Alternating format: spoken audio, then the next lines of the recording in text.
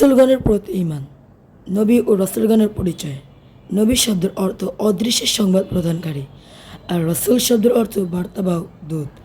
নবীগণকে যা প্রদান করা হয়েছে তাকে নবুয়ত এবং রাসূলগণকে যা প্রদান করা হয়েছে তাকে রিসালাত বলে। নবুয়ত ও রিসালাতের অর্থ বার্তা বা সংবাদ।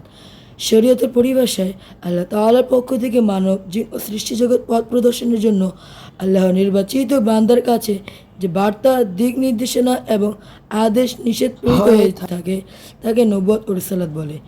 যারা মানব ও জিন জাতির পথ প্রদর্শকের দায়িত্ব পালন করার জন্য আল্লাহর পক্ষ থেকে মনোনীত হন তাদেরকে নবী ও রাসূল বলা হয়।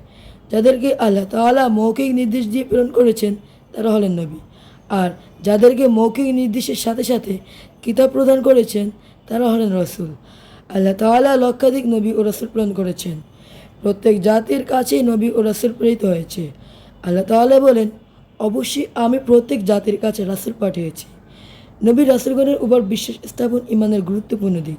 তাই আল্লাহ তাআলার প্রদত্ত ও রাসূল সাল্লাল্লাহু আলাইহি ওয়াসাল্লাম গণ আনিত বিধিবিধান তথা রিসালাতের প্রতি ঈমান আনা ফরজ। নবী রাসূল সাল্লাল্লাহু আলাইহি ওয়াসাল্লাম গণ ছিলেন সর্বযুগের সর্বশ্রেষ্ঠ মানব। তাদের জ্ঞান, প্রজ্ঞা, চরিত্র, আচার আচরণ সর্বকালের সকলের জন্য অনুকরণীয় আদর্শ। নির্ভুল ও নির্ভেজাল অনুকরণীয় আদর্শ মানুষ হিসেবে তারা সর্বজন গ্রাহ্য। হযরত মুহাম্মদ সাল্লাল্লাহু আলাইহি ওয়াসাল্লাম সর্বশ্রেষ্ঠ ও সর্বশেষ নবী ও রাসূল। তার আনিত কুরআন মাজিদ আমাদের জীবন বিধান।